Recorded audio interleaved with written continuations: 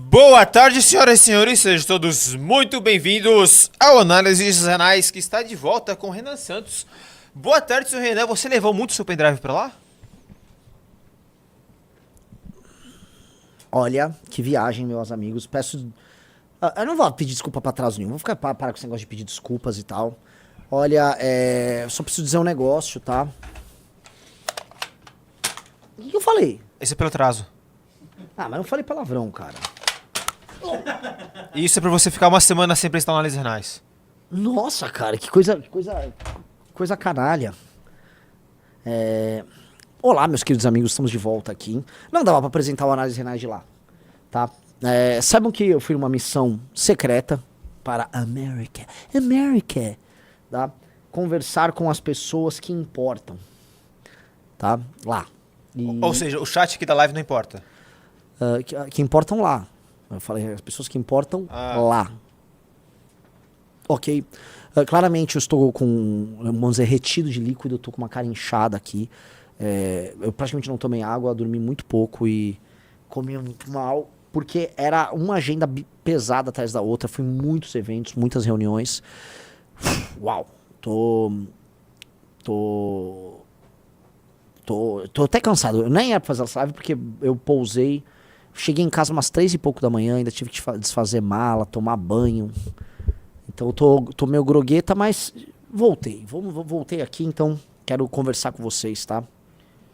Eu não vou boca de sandália nada, né, Riso? Mas, assim, encontrei pelo menos, assim, um grande ídolo eu encontrei lá, tá? Ai, meu Deus. E posso falar que conhecem o nosso trabalho e as pessoas estão admiradas. Aí você fala, como conhece? Ninguém liga pro Brasil. Houve, como eu já falei pra vocês, coisa de 3 semanas atrás, uma matéria feita pelo perfil The Phallic Man, tá? Um artigo para a revista J'Accuse. A revista J'Accuse é uma publicação inglesa que ela é lida pela direita tech e direita alternativa, ou novíssima direita, vamos botar aí, tanto americana quanto europeia. E esse texto foi muito lido nos Estados Unidos, porque foi apresentado ali algo que eles chamam de modelo de Full Stack Party, tá? Foi o tal do Full Stack Party, que é o nosso modelo, que vocês sabem, quem aqui já foi no congresso do MBL, ou foi no congresso do ano passado, em que eu falo que o nosso modelo é o modelo da Apple, em que a parte de pensamento, arte, cultura é integrada com o movimento político, formação de quadros, que é integrado com o partido. Esse partido em que todas as fases do processo estão amarradas e que você consegue integrar todas elas e você consegue fazer isso se autofinanciar, sem depender de ficar, né, de ricos que você tem que ficar beijando a bunda deles pra conseguir sucesso. Esse modelo, os gringos piraram, tá? E nós, a partir do momento que a gente, né, falou com um, aí o outro, não, eu vou te apresentar o outro, eu te apresento o outro. Assim, estou sendo honesto, eu gabaritei, né, boa parte daquilo que se chama de nomes interessantíssimos dessa novíssima direita americana. Então, encontrei grandes caras ali, gente muito interessada. Eu vou falar agora sobre o que eu estou vendo da direita americana da geração Z. Há uma agonia enorme na geração Z nos Estados Unidos, inclusive durante o governo Trump, em não conseguir fazer o que precisa ser feito. Eles acham que o país ainda está passando por um processo de sabotagem tocado pelos democratas e por parte das próprias elites, tá? Eles acham que os boomers, olha o problema geracional, os boomers não têm ideia do que precisa ser feito e os boomers impedem eles de crescer. E aí aqui chega aquilo que talvez o Riso vai captar aqui junto com vocês, tá? Em grande medida, é o que a gente sente aqui. Sim. A gente não consegue terminar de avançar com as nossas ideias, que são as únicas ideias que vão salvar o Brasil. São as nossas. Inclusive, quando eu tava fora aqui, eu vi um monte de gente imitando nossas ideias. Continua aí a imitância, né? Porque tem um monte de boomer que fica, Bolsonaro, é anistia. E não, Bolsonaro é uma farsa. Pois bem, eles têm os mesmos problemas. A geração Z, veja só, eu estive com garotos americanos, no caso, brilhantes em Harvard. E, aliás, uma coisa pra gente colocar na cabeça, tá? A gente não tem ideia do quão atrás a gente tá. A gente não tem ideia.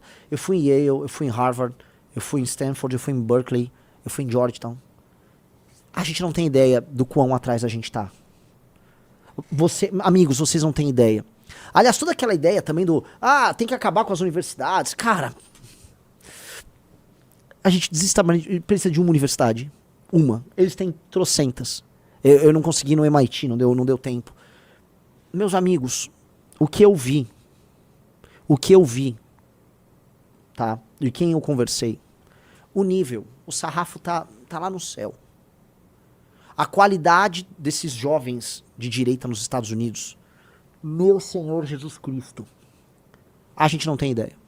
Eu tô falando de meninos de 21, 22, 23 anos, que já leram tudo que eu li em toda a minha vida e muito mais. Que falam latim, que estudam latim e grego na faculdade. E que sabem programar.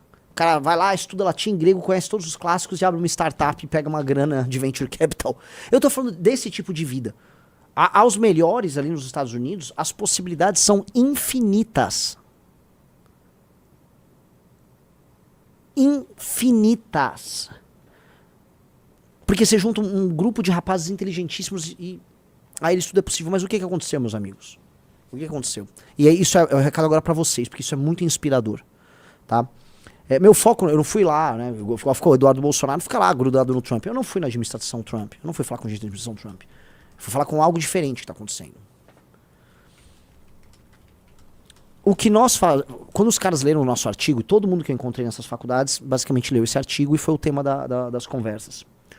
Eles falam como vocês estão à nossa frente. Por quê? Porque hoje, o que o Movimento Brasil Livre faz, junto com o Partido Missão, junto com essa geração de formadores de opinião, que estão aqui, amigos e parceiros, me substituíram aqui nessa live o amigo Impera, os amigos Novos Clássicos, os amigos, o Mídia BH, mas o MBL como um todo o nosso universo. O que nós estamos fazendo está muitos passos à frente dos demais. Talvez o único paralelo que a gente tem aí, de gente jovem produzindo algo muito novo, seja no Japão, com aquele partido agora que surgiu, eu esqueci o nome dele, mas um partido interessantíssimo que surgiu no Japão.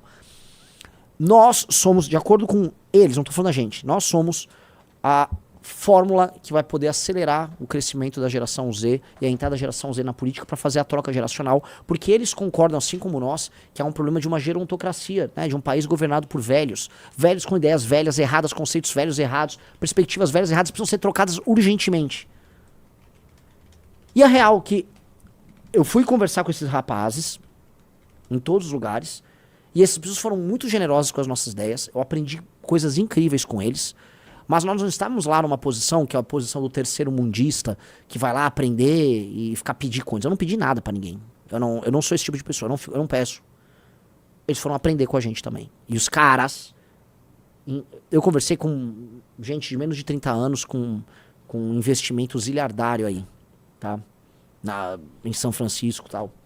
Os caras aprendendo. Puxando um papel, e essa é a humildade dos caras. Puxando um papel, um caderninho e falam, por favor, me explica. Como é que é isso? Pô.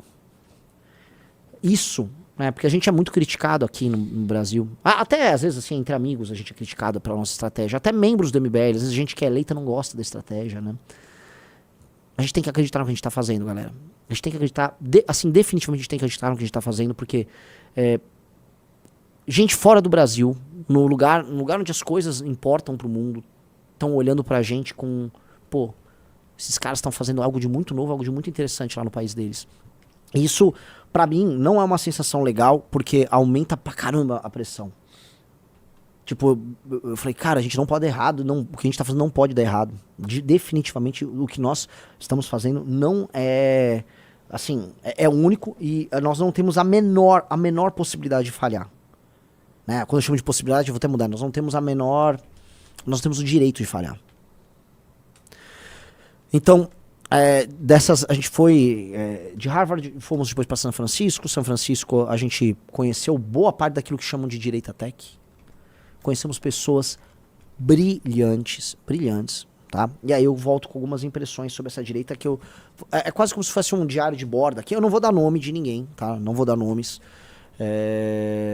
Então, porque, sim. Mas eu vou falar algumas coisas, né? Primeira coisa. Há essa direita tech, há nela um otimismo em fazer algo novo no país deles, que aqui no Brasil só nós temos. Eles com a perspectiva, os problemas deles, nós com os nossos. Né? Naturalmente existem algumas pessoas que era o grande teste. Para eles, assim, você tem que resolver urgentemente a questão imigratória nos Estados Unidos, que para eles resolver a questão imigratória, você meio que resolve tudo. Não é isso. Tanto que um cara que estava comigo, um brasileiro que foi na viagem, perguntou, mas e depois de resolver a questão migratória, o que vocês pretendem fazer? E um dos caras não sabia o que responder.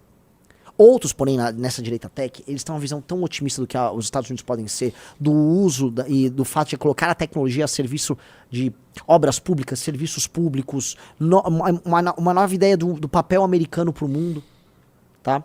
Que contrasta com a energia, até do eleitor mais boomer do Trump, que é uma coisa um pouco mais raivosa, ou vamos proteger nossos empregos.